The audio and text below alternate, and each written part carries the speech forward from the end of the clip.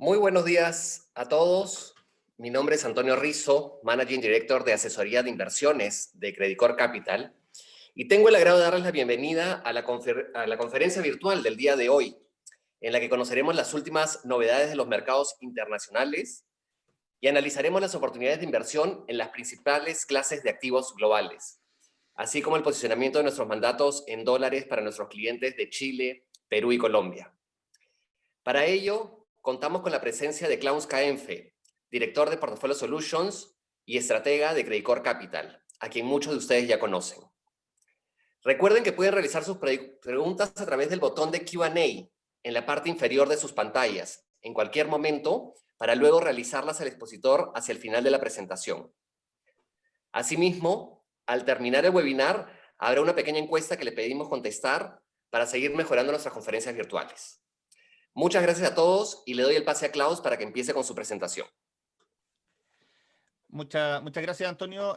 Muchas gracias a ustedes por estar aquí. La idea de la presentación es intentar resumir un poco lo que ha estado pasando con el mercado en los últimos días. Hemos tenido varias noticias interesantes, desde las elecciones en Estados Unidos hasta la posible vacuna de Pfizer, ¿cierto? Que también ha estado siendo noticia en los últimos días. Entonces quiero tocar un poco qué es lo que ha estado pasando en diferentes cosas y cómo esto ha impactado o está impactando en los mercados.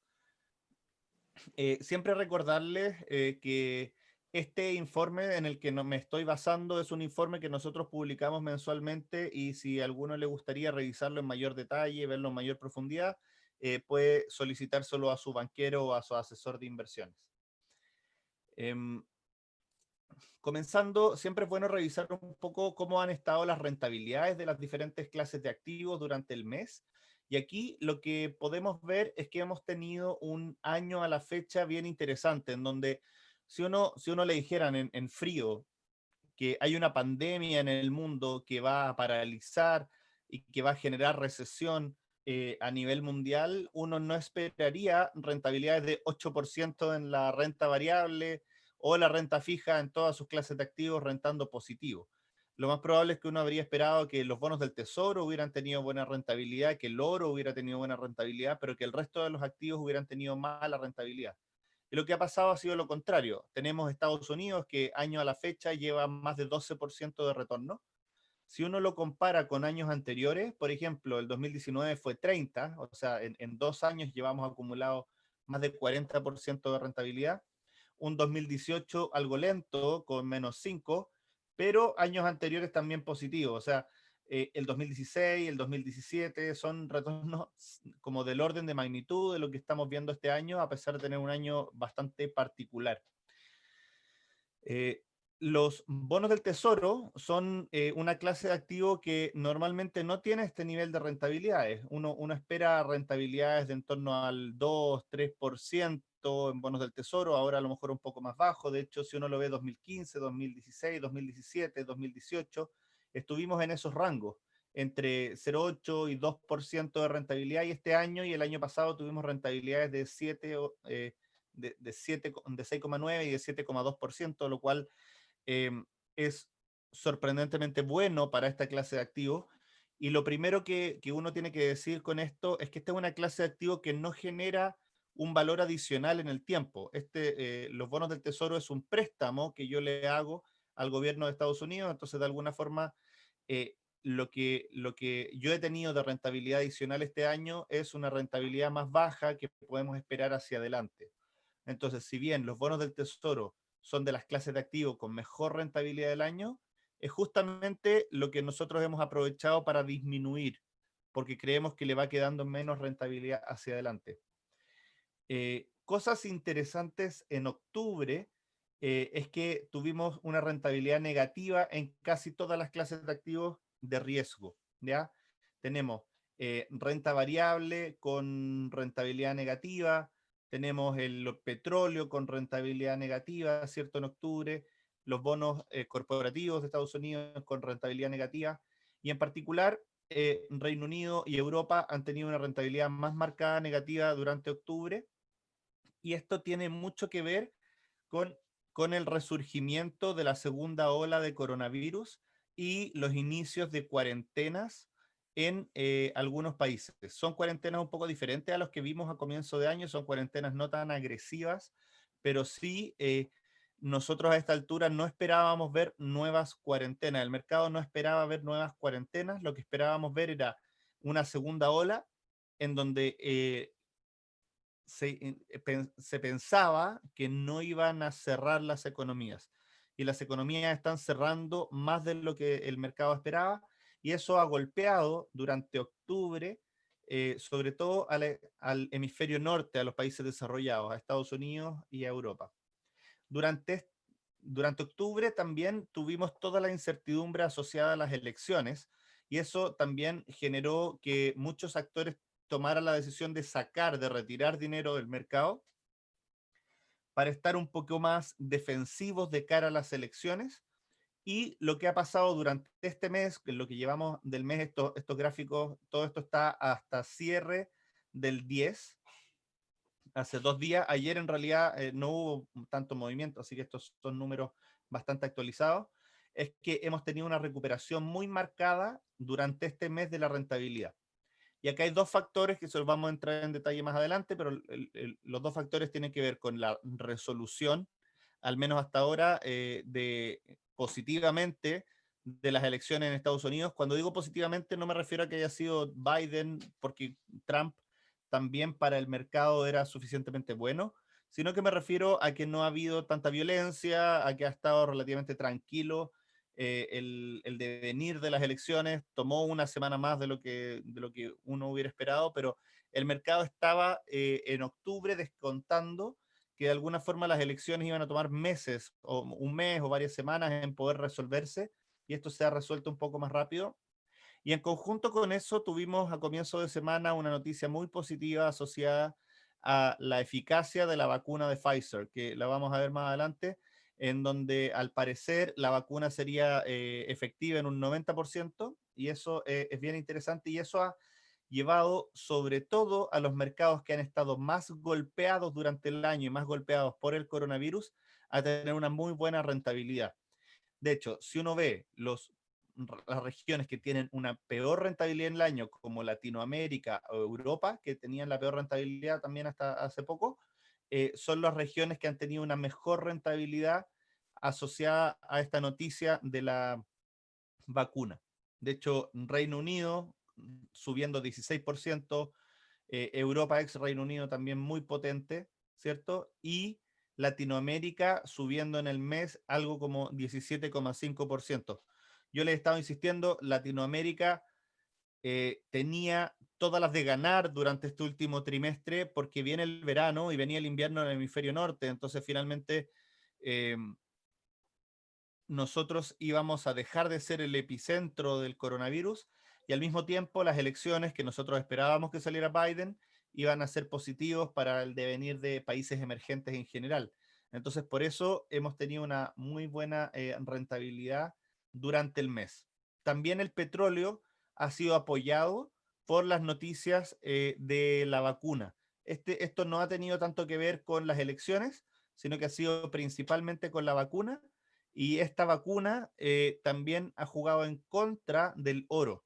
¿Sí? En la semana, de hecho, el oro ha caído un 4%, principalmente porque este refugio ya no es tan necesario cuando uno empieza a ver como la luz al final del túnel de la pandemia. Les quiero contar que nosotros, si bien estamos positivos para el próximo año, creemos que todavía quedan varias etapas que pasar antes de poder cantar victoria realmente con la vacuna.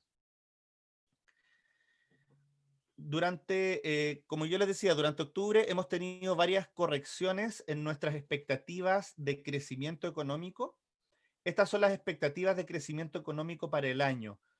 Son números que normalmente no estamos acostumbrados. Normalmente uno acá en estos números está acostumbrado a un +2, +3, +1. Esos son los rangos normales de crecimiento de un país desarrollado. De hecho, Estados Unidos tiene un crecimiento potencial, que es como este crecimiento promedio de largo plazo sostenible de entre 1,8 y 2%. Esos son los órdenes de magnitud. Esperamos que este año el crecimiento en Estados Unidos sea de un -3,6%, pero en la eurozona sea de un menos 7,2%. Si bien en el último trimestre, en el cuarto trimestre, el crecimiento va a volver a caer en la eurozona, lo que pasó es que el tercer trimestre, entre julio, agosto, septiembre, la economía europea recuperó muy rápido.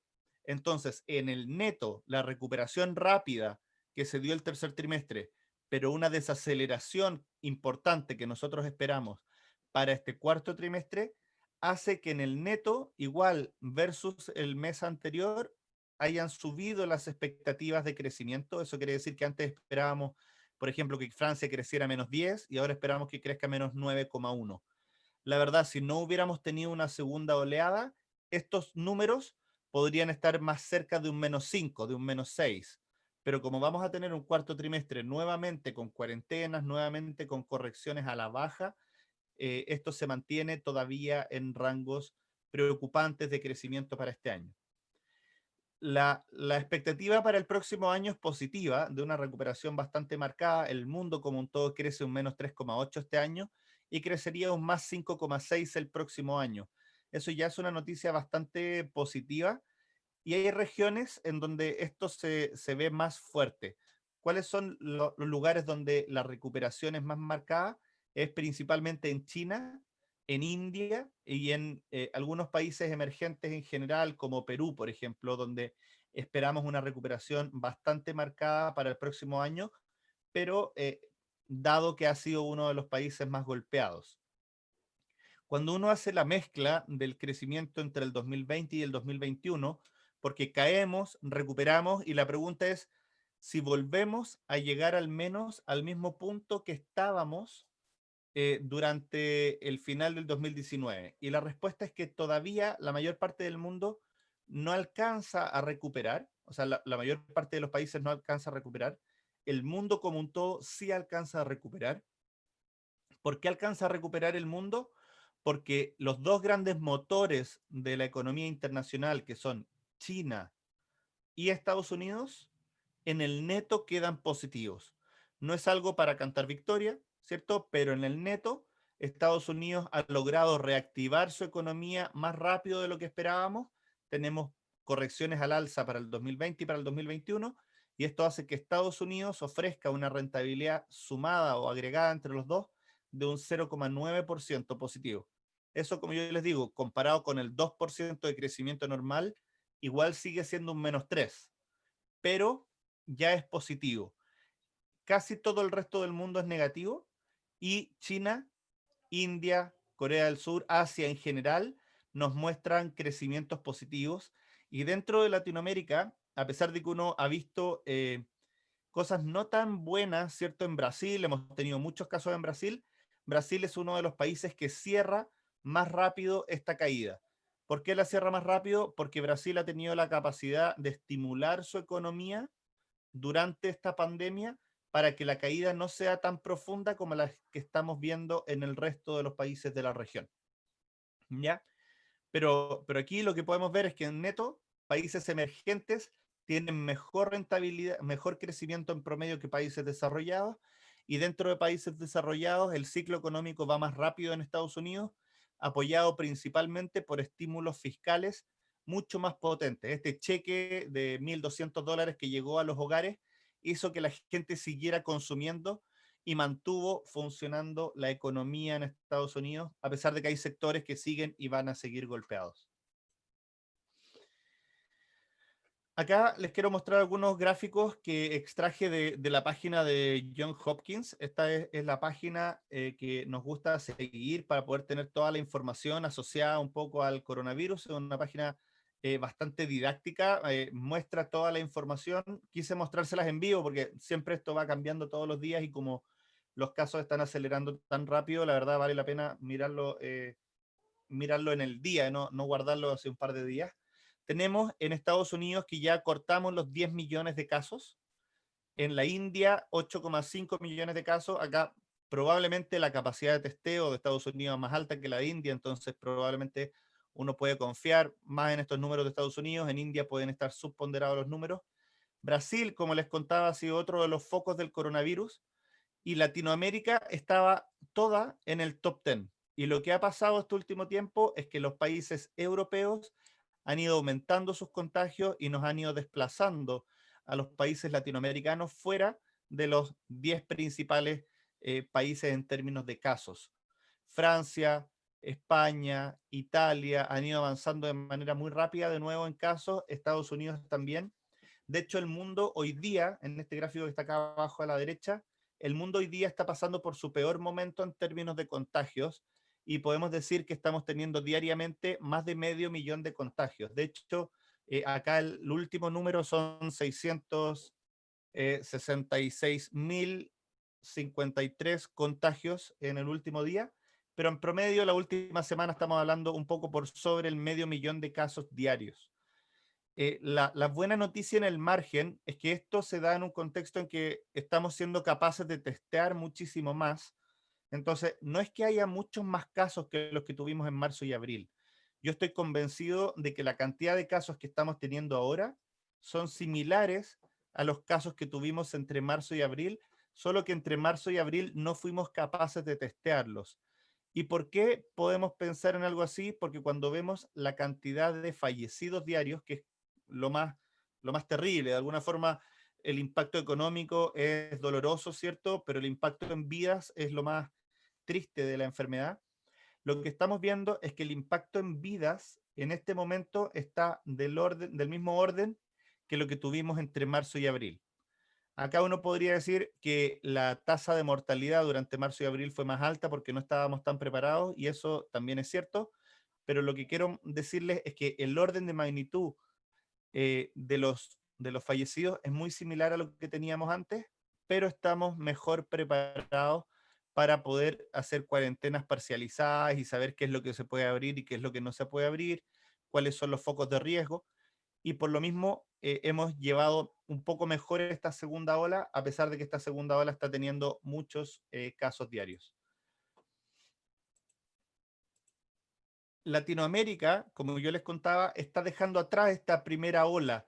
Yo siempre digo que Latinoamérica de alguna forma tuvo las dos olas juntas. Tuvo esta primera ola del contagio inicial y después tuvo una segunda ola que se sumaba a la primera ola que tenía que ver con el invierno en Latinoamérica, en donde la cantidad de casos, no es que esté demostrado que el invierno favorece el contagio, pero empíricamente uno lo ve, o sea, la segunda ola en Europa, en Estados Unidos fuerte, está llegando justo en invierno. En Latinoamérica pasamos a ser el epicentro del contagio principalmente porque estábamos en invierno. Entonces, estamos hoy día cediendo los casos, ya van cediendo los casos en Latinoamérica y eso es muy interesante porque los inversionistas en el mundo van a poder mirar y decir, ok, Latinoamérica hoy día ya no es el epicentro del contagio y los flujos van a empezar a fluir hacia Latinoamérica y es lo que hemos visto en el mes con rentabilidades de más de 17%.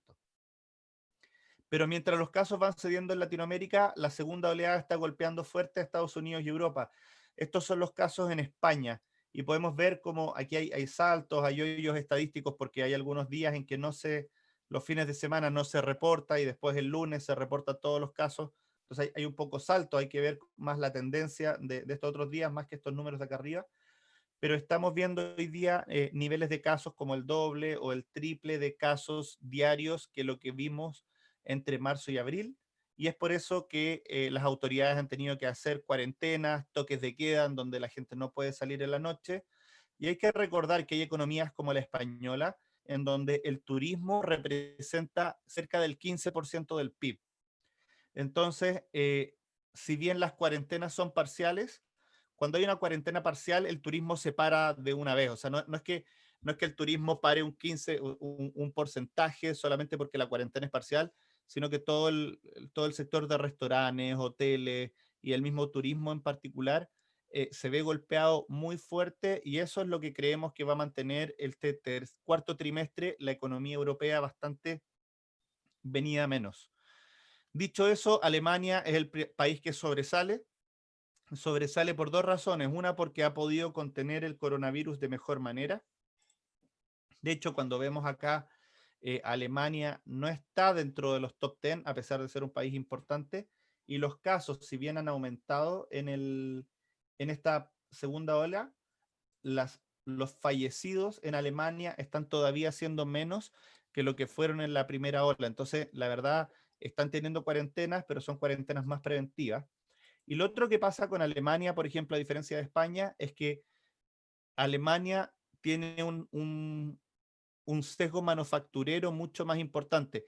La producción, el PIB de Alemania tiene mucho más que ver con producción de autos, con producción de maquinaria, y por lo mismo es la manufactura la que lidera la economía, y la manufactura, las fábricas, las industrias no están parando tan fuerte como están parando los restaurantes, los hoteles. Entonces, finalmente, lo que les queremos decir es que a nosotros no nos gusta durante este periodo Europa, pero dentro de Europa también hacemos una diferenciación en donde Alemania resalta y se ve mejor. Y por lo mismo, nosotros hace más o menos un mes, cuando empezamos a ver esta desaceleración de Europa, tomamos la decisión de disminuir toda nuestra posición de Europa que no fuera Alemania y dejar solamente una parte de la inversión de lo que tendríamos en Alemania. Todo eso lo llevamos de vuelta a Estados Unidos, que si bien durante el tercer trimestre no parecía lo más interesante porque Europa se veía con una reactivación más marcada, Estados Unidos hoy día, si bien está viviendo esta segunda ola, tiene mucho más espacio de apoyo fiscal, de esfuerzo fiscal que puede hacer para reactivar su economía.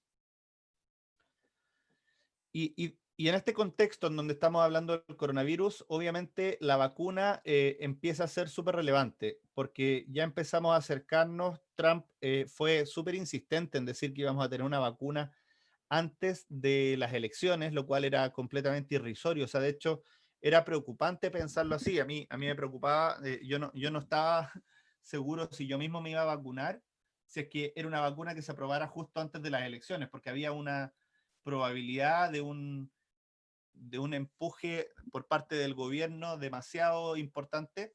Y por lo mismo, hoy día el hecho de tener las noticias post elecciones es algo que genera bastante más tranquilidad. ¿Cuál fue la noticia? Fue que Pfizer, ¿cierto?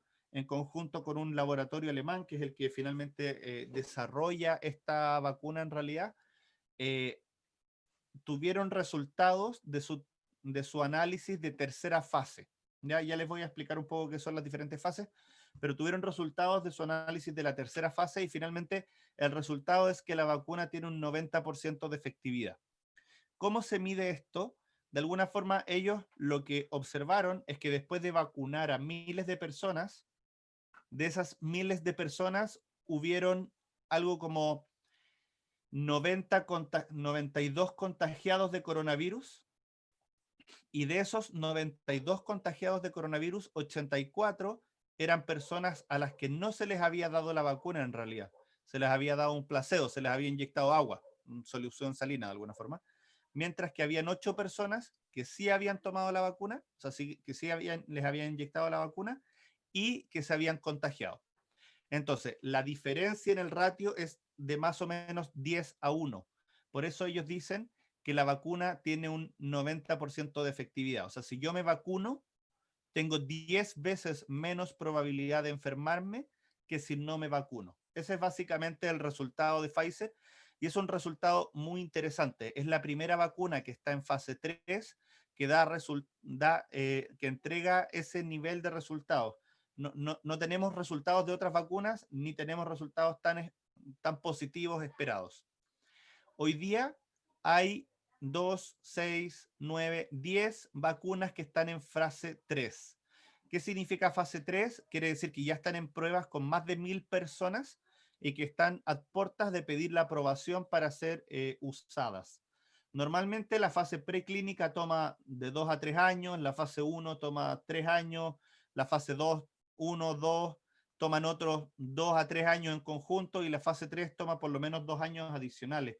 Normalmente todo este proceso toma entre 6 a 10 años. Eso es lo normal que tome el desarrollo de una vacuna. La vacuna que ha pasado por todo el proceso y ha sido aprobada más rápida ha sido más o menos 4 años. Entonces, poder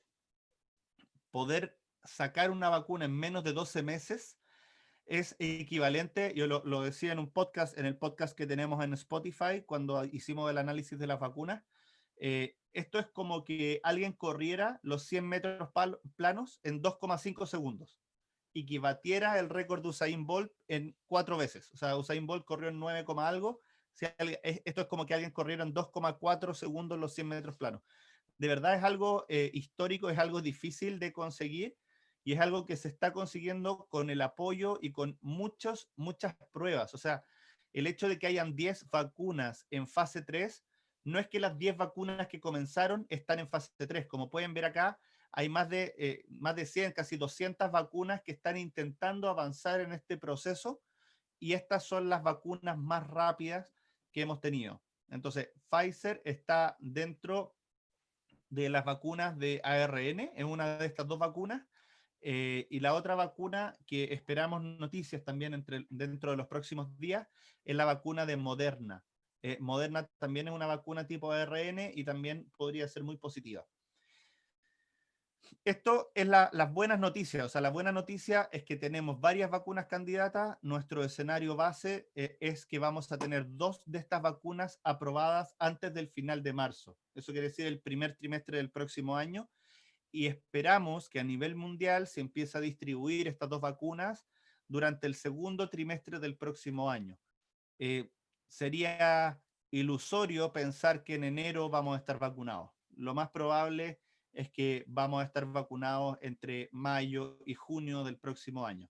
Eso es algo más razonable y a pesar de eso es un desafío tan grande, como les decía, como correr los 100 metros planos en 2,5 segundos. Para poner en contexto esta noticia de la efectividad de la vacuna, de esta efectividad del 90%, quiero mostrarles cuál es la efectividad de otras vacunas. Tenemos algunas vacunas que son súper efectivas y que son las vacunas más distribuidas a nivel mundial, como de la hepatitis, la de la difteria, de la malasia, de la rubiola, del polio. Hay varias de estas vacunas que están en varios de los programas de vacunación inicial de los niños y que se reparten normalmente y tienen tasas de efectividad en torno al 90%. Ninguna tiene el 100%, la mayoría están en torno al 90%. Entonces, que esta vacuna que se ha creado en menos de un año tenga una eficiencia de un 90%, la pone dentro del top 10 o top 20, ¿cierto? De las mejores vacunas en términos de eficacia. Nosotros estábamos esperando que la eficacia de estas vacunas estuviera en torno al 40 o al 50%, equivalente a las vacunas de las influenza que nosotros usamos todos los años. O sea, todos los años hay campañas de vacunación contra la influenza. Esa campaña de vacunación que se hace a nivel mundial o a nivel de cada uno de los países constantemente, es una vacuna que tiene solamente un 45% de eficacia. O sea, el hecho de que esta vacuna tenga un 90% de eficacia significa que vacunando a la mitad de las personas tenemos el mismo impacto en contener la enfermedad. Dicho de otra forma, si íbamos a tener un 50% de eficacia en la vacuna del coronavirus, si la vacuna del coronavirus tuviera un 50% de eficacia, en realidad, si vacunar a toda la población mundial, significaba generar inmunidad solamente en la mitad de la población y que la otra mitad todavía siguiera expuesta a un posible contagio. Eso significaba disminuir a la mitad la velocidad eh, con la que, con la que se reproduce el virus, ¿cierto? Este R0, que es la tasa con la que se reproduce el virus, si yo tengo a la mitad de la población con anticuerpos, disminuye a la mitad la tasa con la que se reproduce el virus, pero para tener eso necesitaba vacunar a toda la población. Hoy día, vacunando al 60% de la población, somos capaces de reducir a la mitad la velocidad con la que se reproduce el virus, porque con un 60% de la población ya obtenemos un 50% de las personas con inmunidad. Pero hay que reconocer que esto no es tan fácil. ¿Y por qué no es tan fácil? Es porque también hay dificultades asociadas a la distribución de esta vacuna y a la producción de esta vacuna. Esta vacuna de Pfizer, ellos tienen pensado que durante el 2021 van a ser capaces de producir 1,3 billones de vacunas. Es un número gigante, 1,3 billones de vacunas, de la vacuna más rápida producida en la historia. O sea, ser capaces de pasar de producir miles de vacunas, que es lo que están produciendo hoy día, a no solo producir millones de vacunas, sino a producir billones de vacunas durante un año, es algo realmente notable, pero 1,3 millones de vacunas todavía sigue siendo insuficiente para lo que se necesita a nivel mundial. Entonces, lo que necesitamos es 2 o 3 vacunas con esta misma capacidad de producción y con esta misma tasa de efectividad para realmente poder contener la enfermedad durante el 2021. Y es por eso que nosotros creemos que la enfermedad vamos a verla contenida ya de manera importante durante el segundo trimestre, tercer trimestre del 2022, ¿sí? Durante el 2021 ya vamos a ver, ya vamos a estar cerca del final del túnel, probablemente países desarrollados que tengan mayor capacidad de adquirir la vacuna y de distribuir la vacuna van a empezar a ver una normalización de la actividad ya en el tercer trimestre del 2021, pero de ahí a que el mundo vuelva a, como que se olvide del coronavirus, probablemente vamos a llegar a la mitad del 2022, ¿ya? Ese es como lo bueno y lo de dulce y de agraz un poco de lo que está pasando con las vacunas. La vacuna tiene una cadena de frío muy difícil de conseguir y es por eso que lo que necesitamos es poder llegar a lugares remotos, a lugares difíciles de acceso, como ocurre en nuestros países, ¿cierto? Con vacunas súper frías. Y esa es la dificultad de poder transmitirle la vacuna a todos los lugares. Sí creemos que en las urbes más grandes de nuestros países podemos estar esperando vacunación durante alguna parte del segundo trimestre del próximo año. Eh, si quieren, hacemos las preguntas al final, pero creo que aquí quiero parar un poco con todo esto del coronavirus para pasar un poco más a mercado y a qué es lo que ha estado pasando en términos de inversiones. Perdón, antes de eso me faltaba una lámina que tiene que ver con otra de las dificultades que tiene la vacuna. La vacuna no solo es difícil porque hay que generarla muy rápido, hay que escalar la producción muy rápido, hay que llevarla a lugares remotos con cadenas de frío difíciles de mantener, sino que además hay que conseguir que la gente esté dispuesta a vacunarse. Porque cuando yo tengo una vacuna que no ha sido tan probada o cualquier remedio que no ha sido tan probado, hay cierta reticencia a vacunarse y hay gente que a lo mejor no está dispuesta a correr el riesgo a ser de los primeros en vacunarse.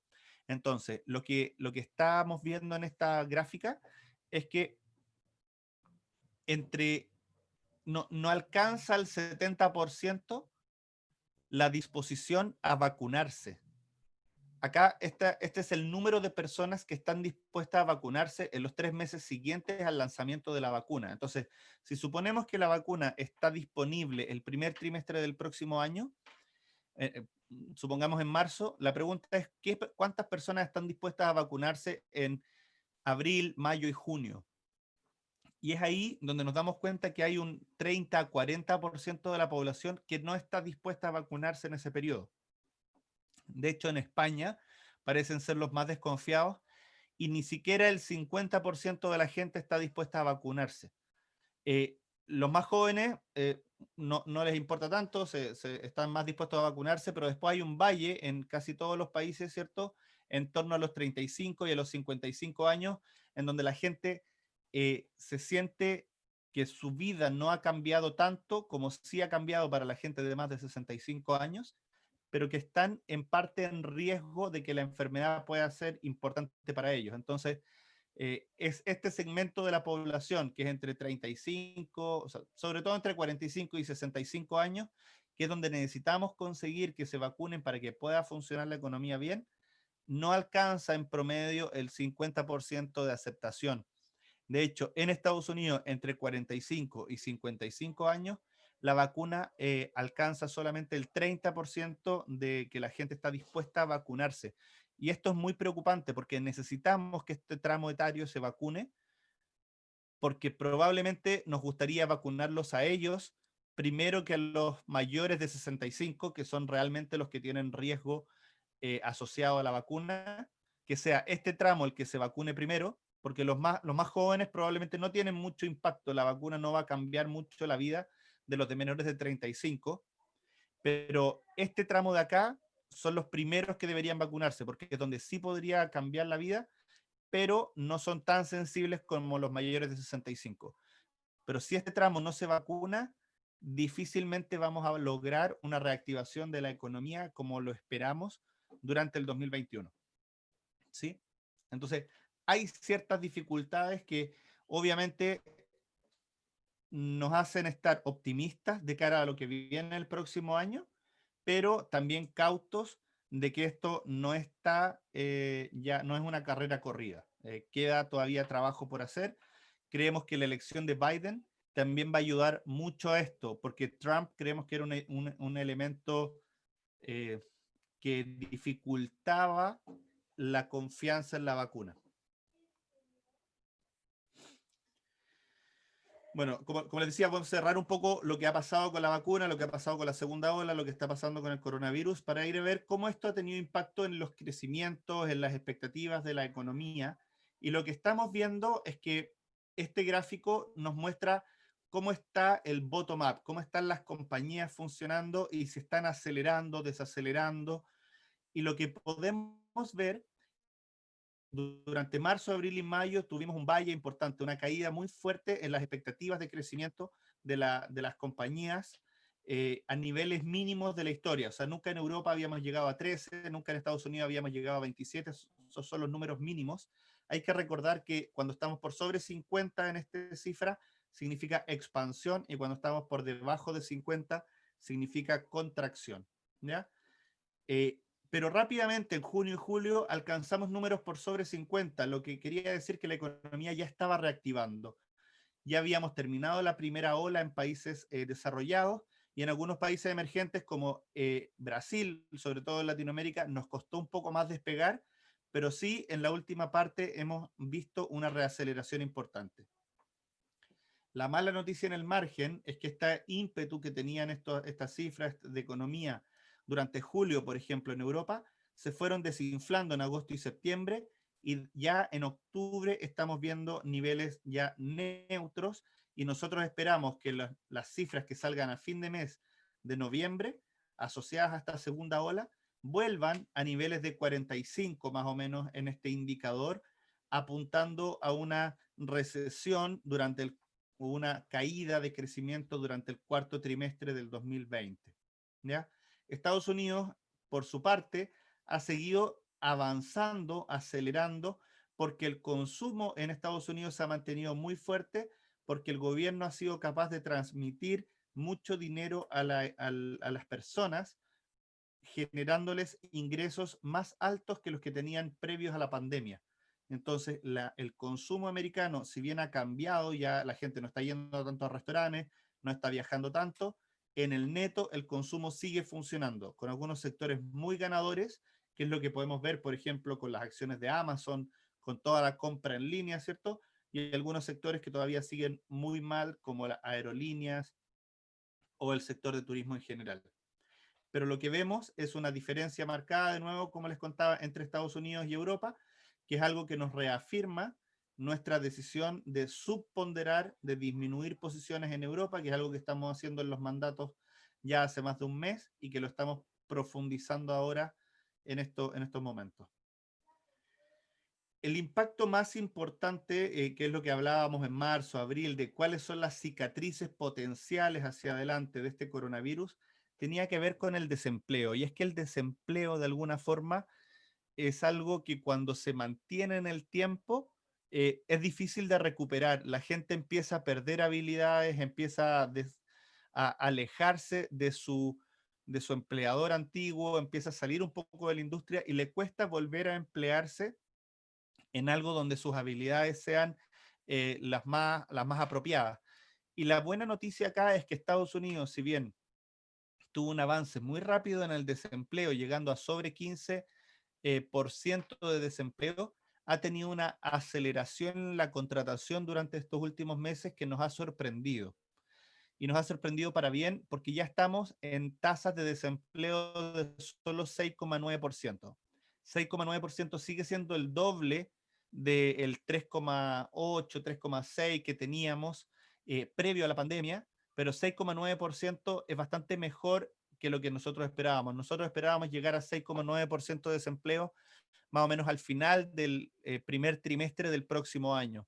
Entonces, las contrataciones han acelerado como 6 meses y esto hace que la economía americana nosotros la veamos como la más avanzada dentro de los países desarrollados en términos de su recuperación. Y también es una buena noticia porque esta reintegración del empleo, de las personas rápidas al empleo, hace que estas habilidades que la gente ha desarrollado no se pierdan.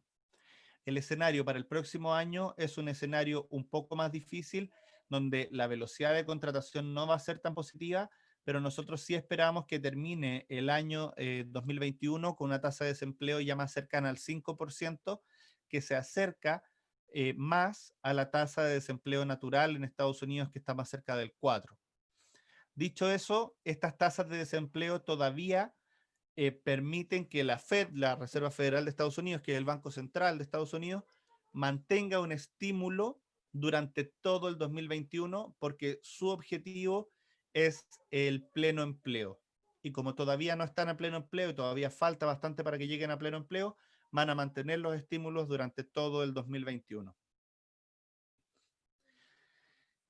Como les decía, la Fed está haciendo este estímulo, pero no solo la Fed está haciendo un estímulo monetario. Las hojas de balance de todos los bancos centrales se han incrementado de manera rápida durante este año.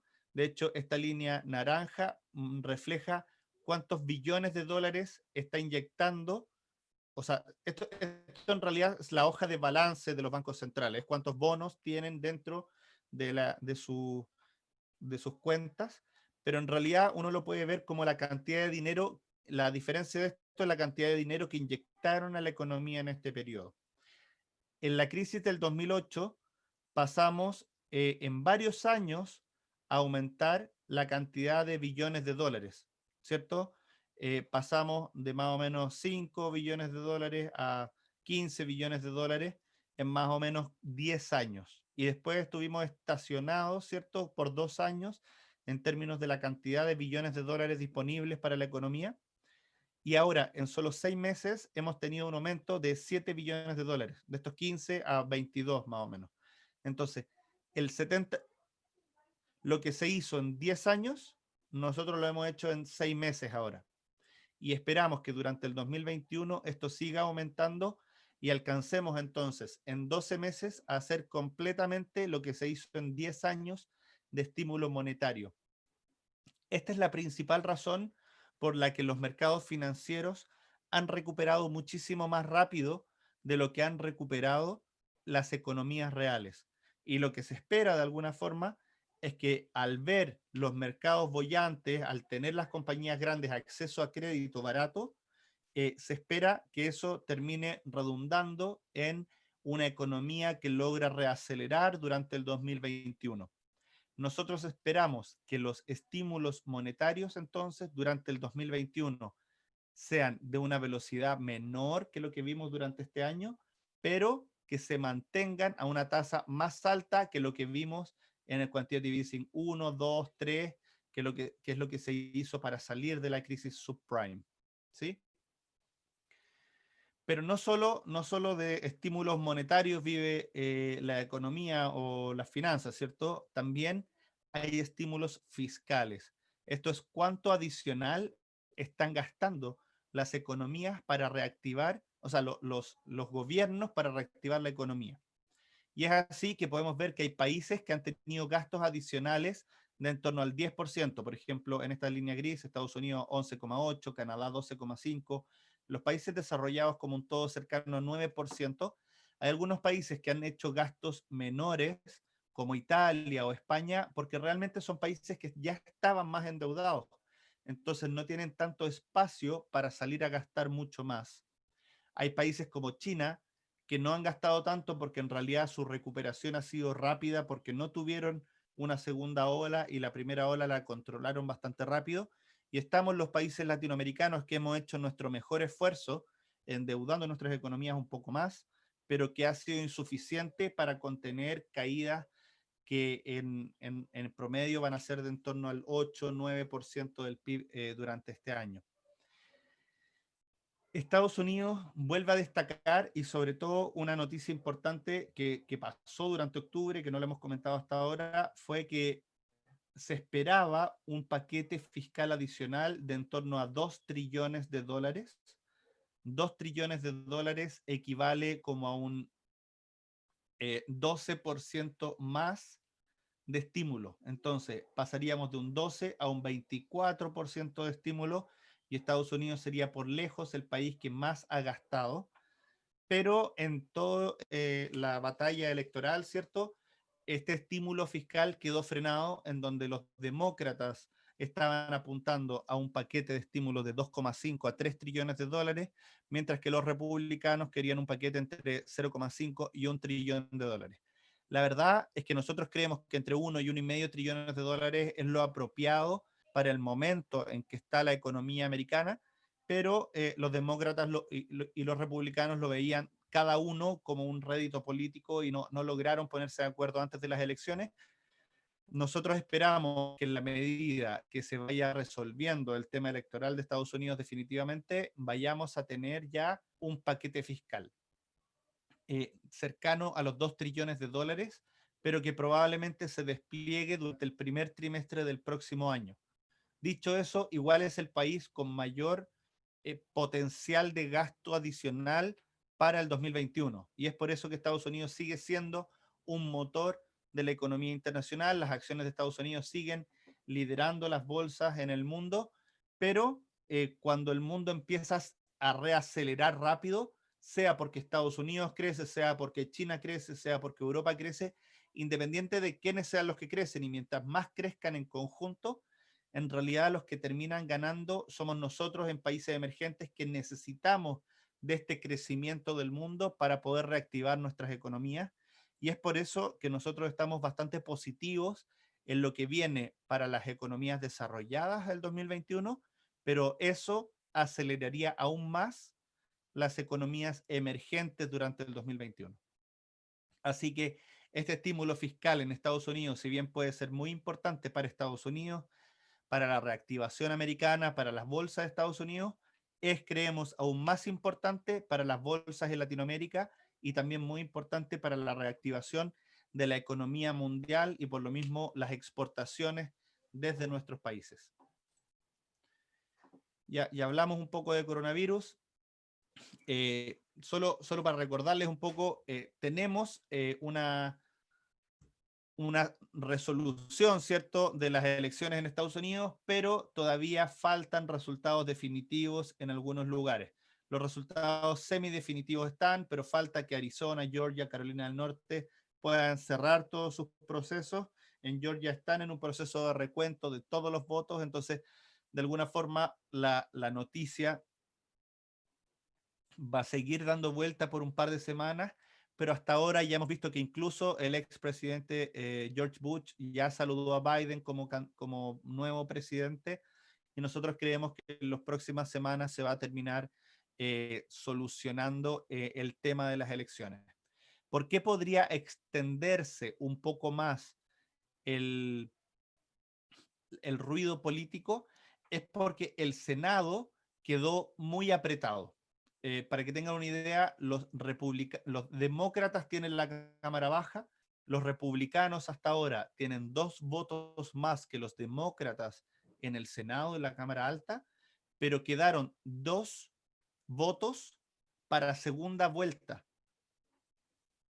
Y esa segunda vuelta van a ser el 6 de enero del 2021.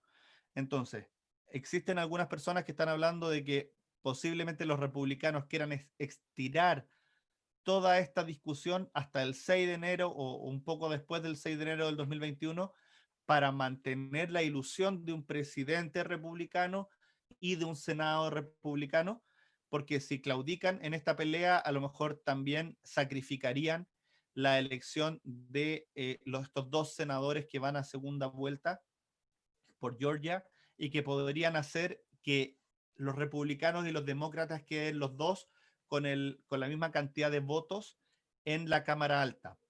Si hay una votación en la Cámara Alta en donde se empata entre republicanos y demócratas, es el presidente, de alguna forma, el que tiene la presidencia, el que elige.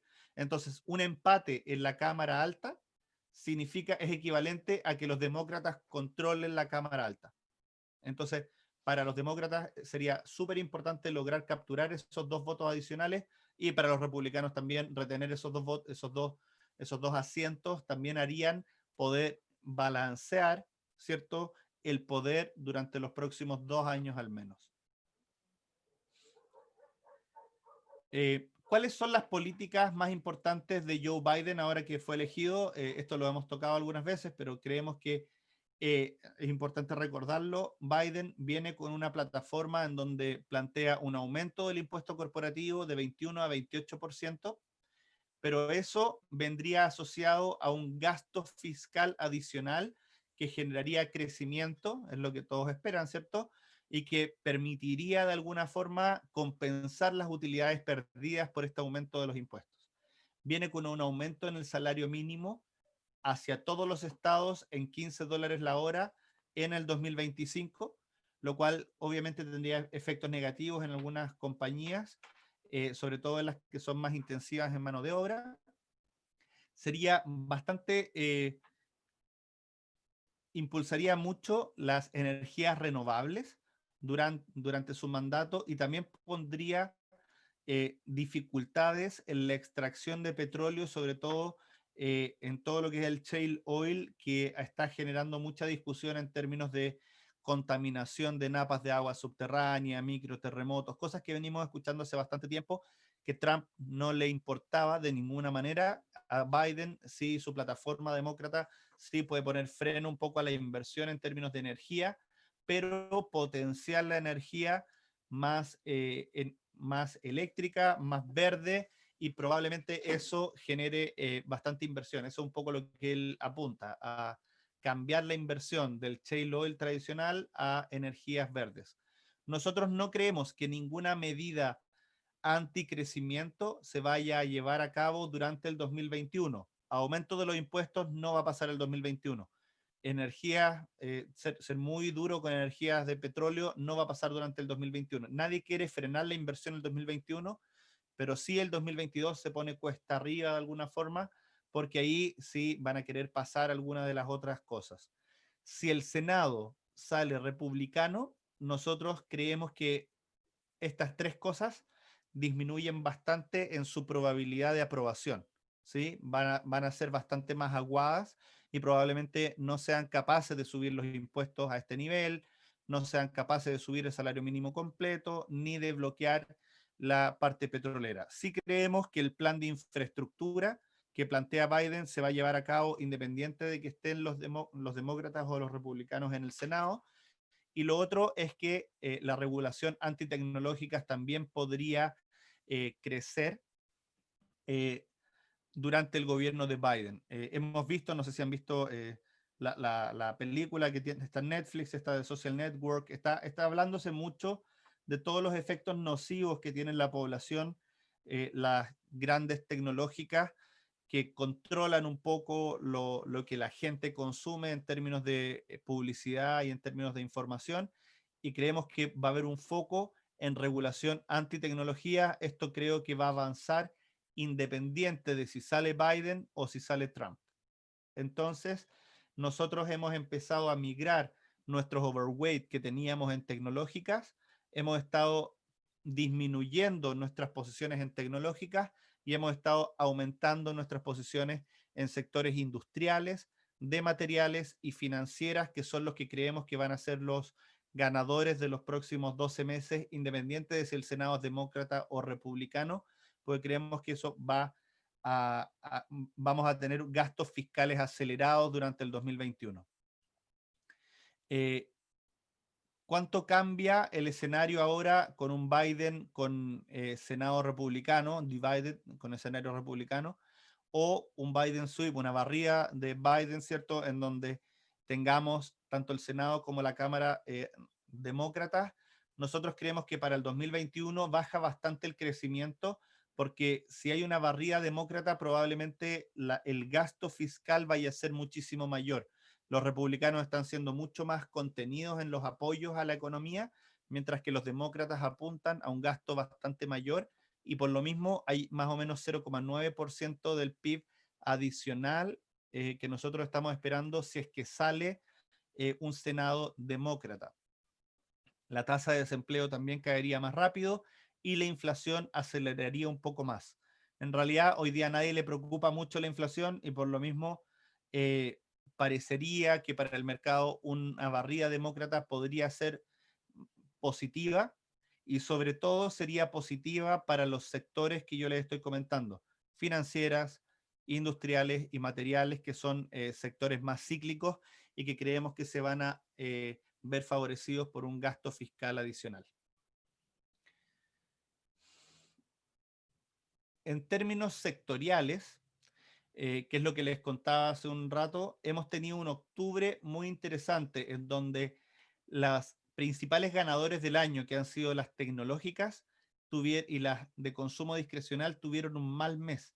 Tecnología durante octubre perdió un 5%, consumo discrecional perdió un 3,4%, a diferencia de sectores que no han estado muy bien, como financieras, que casi no perdieron durante octubre, pero que sí no les ha ido muy bien durante el año.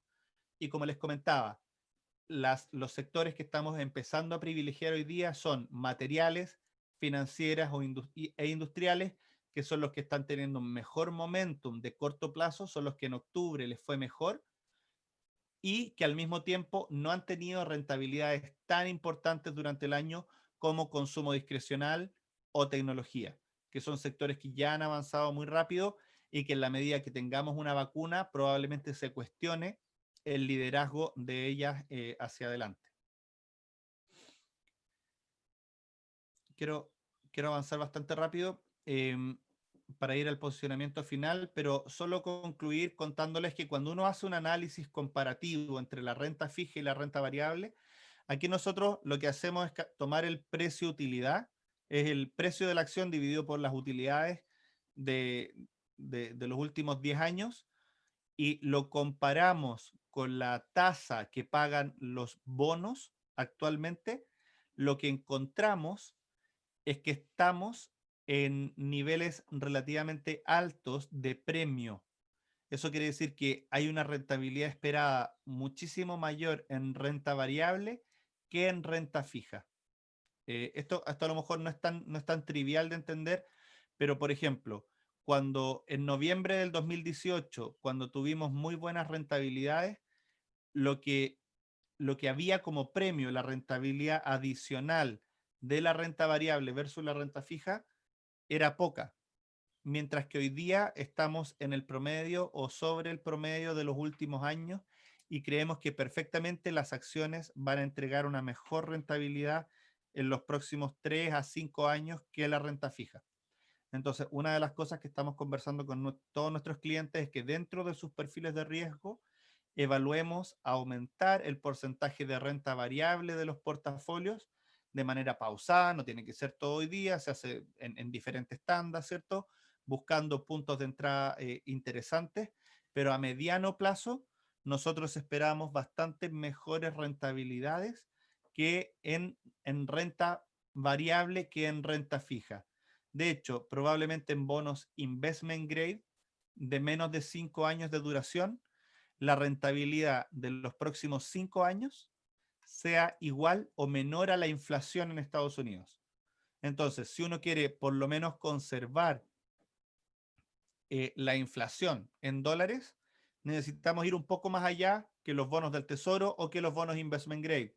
Y tenemos que buscar tal vez bonos investment grade latinoamericanos, bonos high yield latinoamericanos o bonos high yield de Estados Unidos, o ya tomar un porcentaje del portafolio en renta variable distribuido en el mundo, ¿cierto? Que nos entregue un dividendo interesante y una rentabilidad mejor en el mediano plazo. Dicho todo eso, nuestro posicionamiento actual, nos mantenemos sobreponderando la renta variable. En algún momento estuvimos sobreponderando la renta fija, hoy día estamos sobreponderando la renta variable ya hace 2 meses.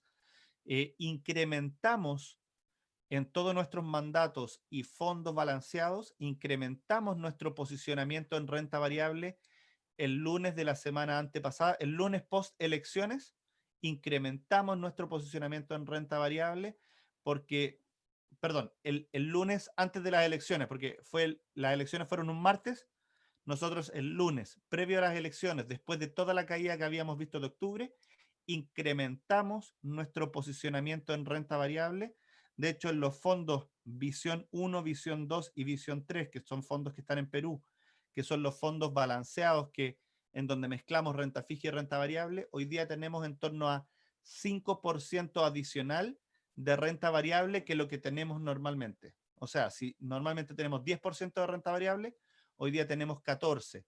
Si teníamos 30% de renta variable, hoy día tenemos 35%. Para que tengan una idea, nosotros estamos tomando posiciones importantes en términos de renta variable porque creemos que en los próximos 12 meses la renta variable va a tener un mucho mejor performance que la renta fija.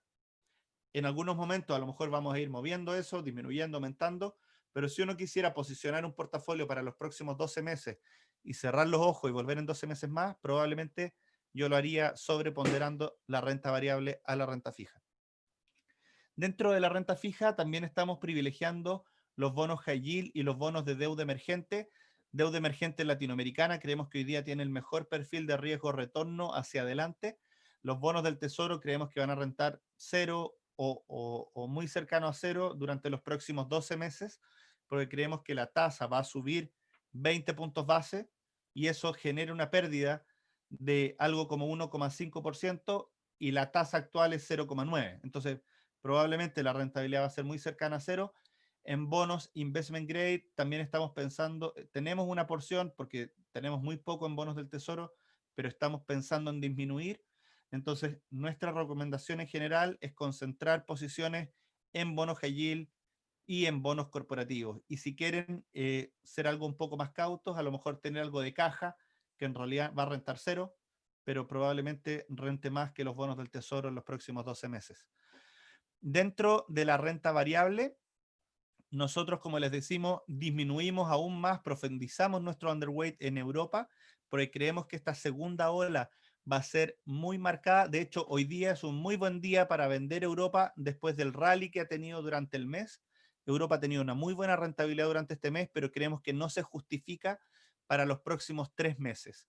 Estamos pensando que los próximos 3 meses van a ser muy difíciles para Europa, con datos que van a ir sorprendiendo a la baja, y por lo mismo preferimos mantener posiciones en Estados Unidos y en emergentes.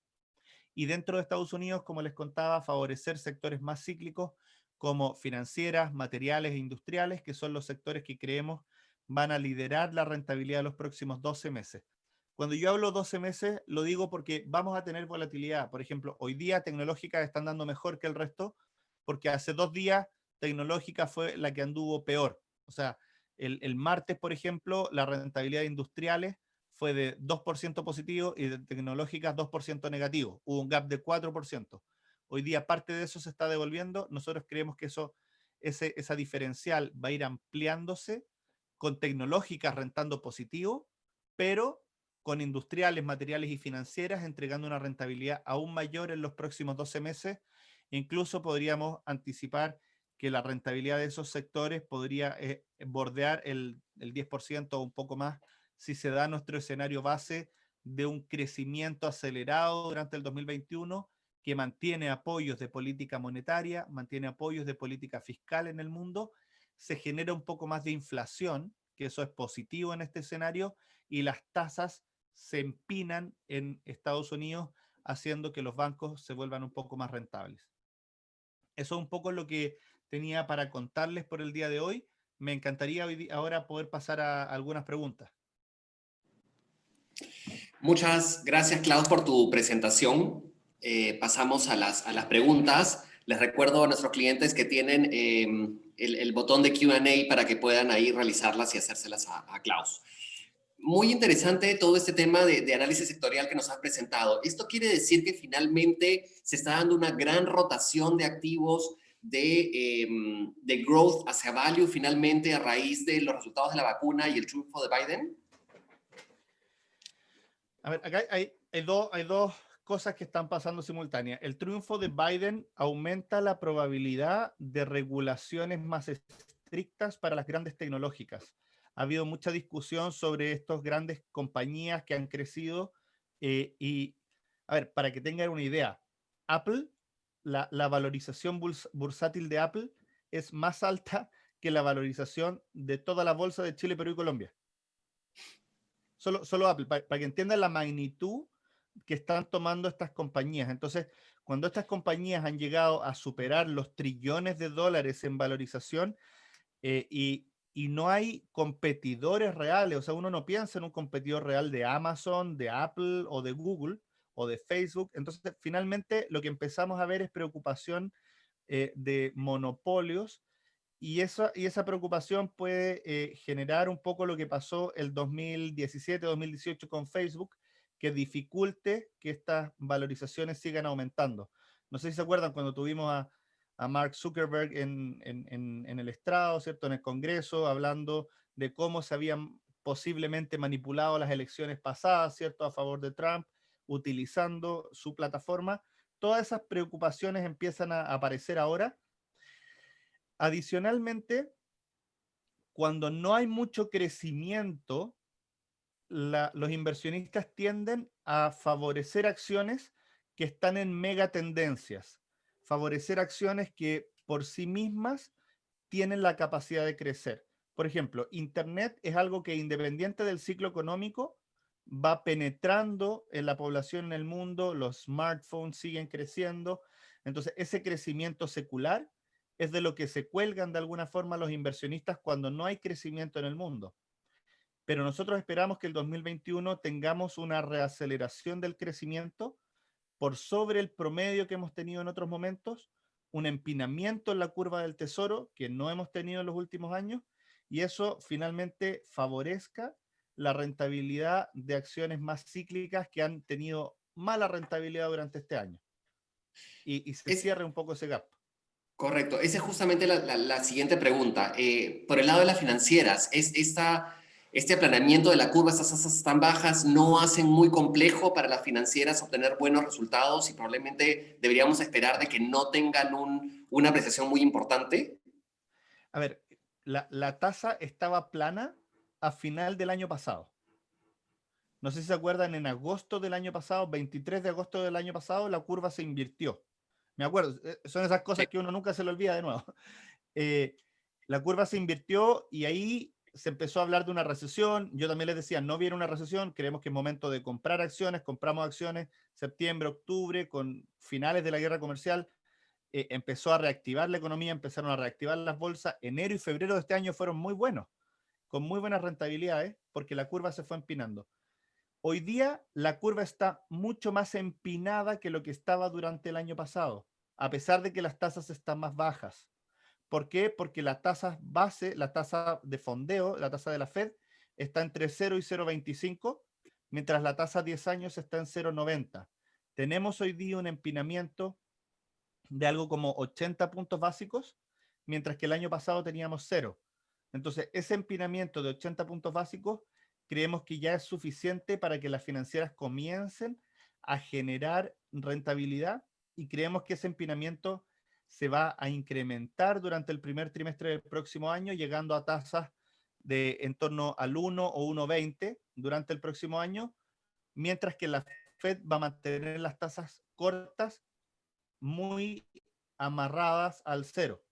Entonces el empinamiento podría llegar hasta incluso 100 puntos básicos, que ya es un empinamiento, a ver, no es el empinamiento que veíamos en el 2004, con un super ciclo de los commodities, pero sí es un empinamiento razonable para que los bancos puedan recuperar. O sea, si recuperaran la mitad del gap, tenemos una rentabilidad de 20%. O sea, el gap que se ha producido solo este año, voy a volver a compartirles, voy a ver si puedo compartirles de nuevo esta, porque creo que nos va a ayudar en la respuesta. cuando uno ve la rentabilidad sectorial, Antonio, hemos visto que tecnología y consumo discrecional, que es donde está Apple, ha rentado más de 20% este año. ¿Sí? El growth, como un todo, ha rentado más de un 20% este año. Mientras que financieras van en menos 23% este año. Entonces, el gap que se ha producido solo este año es de un 40%, producto principalmente del coronavirus, de la recesión mundial. ¿Por qué? Porque el mundo se volvió más digital, todos estamos viviendo en un mundo más digital, ¿cierto? Y al mismo tiempo, el mercado, la economía real no ha recuperado. Nosotros creemos que el próximo año la economía digital no va a acelerar tan rápido como la economía real y que parte de este gap se va a empezar a cerrar. Si se cierra la mitad, podemos ver un overperformance de financieras de 20%. No, no necesitamos siquiera que se cierre todo.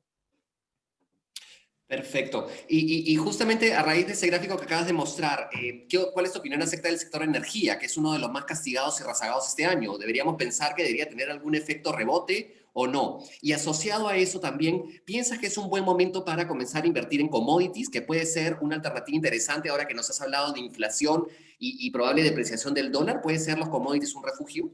Es súper interesante la pregunta de energía y de commodities. Tienen drivers completamente diferentes. Y la verdad, el sector de energía es el sector que le ha ido mal este año que menos me gusta. Ujú. Prefiero tener posiciones más cargadas en financieras, en industriales y en materiales que en energía. Energía presenta dos grandes problemas. Puede ser que tengamos un rally, sí. O sea, no, yo no descarto que tengamos una recuperación de 20% en el sector de energía. Eso puede pasar en la medida que el mundo vuelva a moverse, que volvamos a ver autos circulando, pero lo que está pasando en energía es que tiene, así como tecnología, tiene este crecimiento secular de largo plazo, el sector de energía tradicional tiene un decrecimiento secular de largo plazo. Eh, Estamos viendo muchas tecnologías nuevas que compiten con el petróleo, que son las grandes empresas que están en el sector de energía. Entonces, lo que probablemente vamos a ver con la administración de Biden va a ser dificultades para las compañías tradicionales de petróleo en Estados Unidos y vamos a ver que otras compañías que a lo mejor no están en el índice van a empezar a crecer. Entonces, el índice tradicional de energía no necesariamente va a ser ganador, a pesar de que podemos sí tener inversión en energía. No sé si se logra entender. Tenemos las energías verdes y las energías tradicionales. Con Biden creemos que se van a potenciar las energías verdes y las energías tradicionales no van a ir tan bien. Dicho eso, hay una hipótesis que tengo en la cabeza que Biden podría ayudar a que el precio del petróleo suba en la medida que dificulte la extracción de petróleo en Estados Unidos. Entonces, si dificulta la extracción de petróleo en Estados Unidos, Estados Unidos ya es un actor relevante, produce más del 10% del petróleo en el mundo, que era muy diferente hace 10 años. Hace 10 años era 3%, era importador de petróleo, hoy día Estados Unidos es exportador de petróleo. Entonces, Biden podría limitar en algunos momentos la extracción de petróleo, dificultar eso, que es también lo que pasó con Obama. Obama, el hecho de que Obama no aprobaba los grandes pipelines en Estados Unidos de petróleo, hizo que no pudiera crecer tan rápido el shale oil hacia finales de la administración de Obama y que el precio del petróleo se estabilizara en niveles más altos. ¿Podría eso pasar un poco con Biden y permitir que el precio del petróleo se estabilice en niveles un poco más altos que lo que tenemos hoy día? Pero difícilmente lo estamos viendo por sobre 50. Dicho eso, si uno quisiera jugar el sector de energía, me gusta más jugarlo a través de empresas no en Estados Unidos, a través a lo mejor de un Petrobras, en donde estamos comprando con un petróleo, con un real barato, o a través de empresas en Colombia a lo mejor. O sea, no estoy aquí para darles recomendaciones puntuales de acciones, pero sí creo que si alguien tuviera ganas de utilizar esta caída del petróleo como una oportunidad, yo privilegiaría a lo mejor algo fuera de Estados Unidos que dentro de Estados Unidos. Perfecto. En términos de commodities, Ujú. tenemos otros commodities, tenemos oro y cobre. ¿cierto? Súper diferentes. El oro funciona como refugio.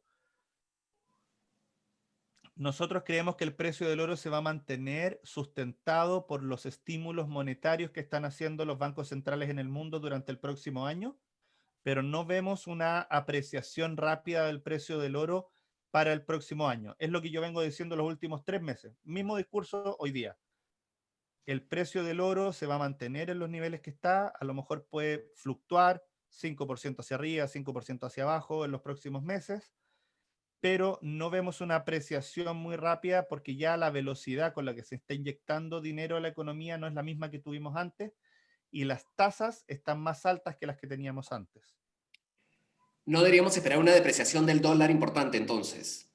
Nosotros sí creemos que se va a ir depreciando el dólar relativo a otras monedas, pero va a ser más relativo a otras monedas, ¿no? Pero de nuevo, el dólar no se mueve a la velocidad que se mueve el oro y el cobre. El oro puede subir 10% en una semana y bajar 10% en una semana. El dólar se mueve 0,5, 1. Entonces nosotros esperamos depreciaciones del dólar marginales contra los países desarrollados de en torno al 2%, pero sí creemos que el 2021 podría ser un buen año para las monedas emergentes en general y sobre todo Latinoamérica. Hemos tenido un año muy difícil de gastos fiscales acelerados en Latinoamérica que han depreciado nuestras monedas, pero creemos que el 2021 podríamos empezar a ver monedas emergentes de ahora hacia final del 2021, monedas emergentes apreciándose en el margen. Creemos que el fin del coronavirus es muy bueno para Latinoamérica, por ejemplo. Ujú. Perfecto. Y ya para ir cerrando, aquí voy a englobar en esta pregunta varias que nos han llegado con respecto a la situación actual del mercado, porque el mercado claramente hoy día está incorporando muchas expectativas positivas acerca de las cosas que nos has venido contando, ¿no? El término de la elección en Estados Unidos, el tema de la vacuna, que probablemente el próximo año comience a llegar, aunque hay un desafío logístico importante para que llegue a todo el mundo.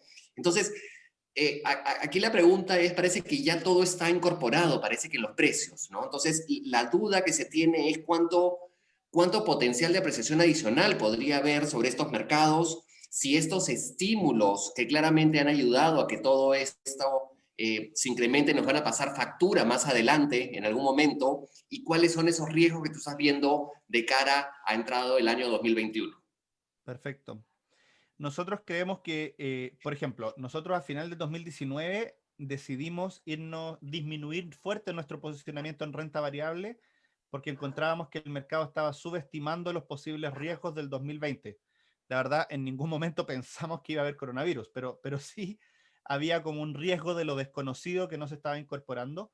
Hoy día gran parte de las noticias positivas es cierto que están en el precio, pero la cantidad de estímulos monetarios y fiscales todavía nosotros creemos que van a empujar las bolsas y que potencialmente podemos tener rentabilidades de 10% hacia final del 2021. O sea, todos estos números son completamente, no los tomen como algo cierto, son nuestra mejor apreciación de qué es lo que podría pasar con el mercado, pero dado los estímulos monetarios y fiscales que estamos viendo, nosotros sí creemos que las bolsas como un todo en el mundo podrían todavía tener una buena rentabilidad los próximos 12 meses. Eso no quiere decir que pasemos por un periodo durante a lo mejor la última semana de noviembre en donde no tengamos noticias positivas y tengamos noticias negativas y sí podamos tener una caída en algún momento de 5% del mercado. Eso es algo súper normal. Lo que quiero transmitirles es que si no tienen hoy día posiciones importantes en renta variable, mi recomendación a lo mejor es esperar algún par de días malos y en esos días comprar, porque nuestra expectativa para los próximos 12 meses es positiva. Básicamente la estrategia de comprar la caída creemos que es la estrategia correcta hoy día. Antes de las elecciones, el lunes hace 2 semanas, era el momento, de alguna forma. Nosotros compramos para todos nuestros clientes, compramos en los fondos.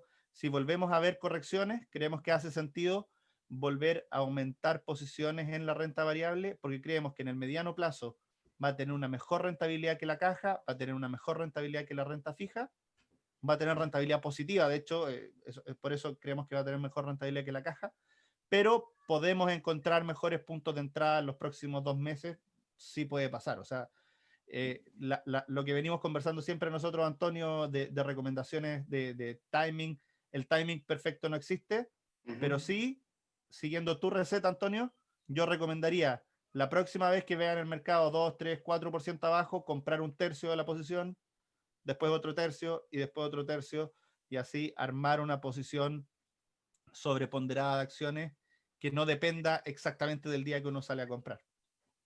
Excelente, una entrada disciplinada al mercado, como siempre decimos, por partes Eso, y de a pocos. eso lo he aprendido de ti, así que...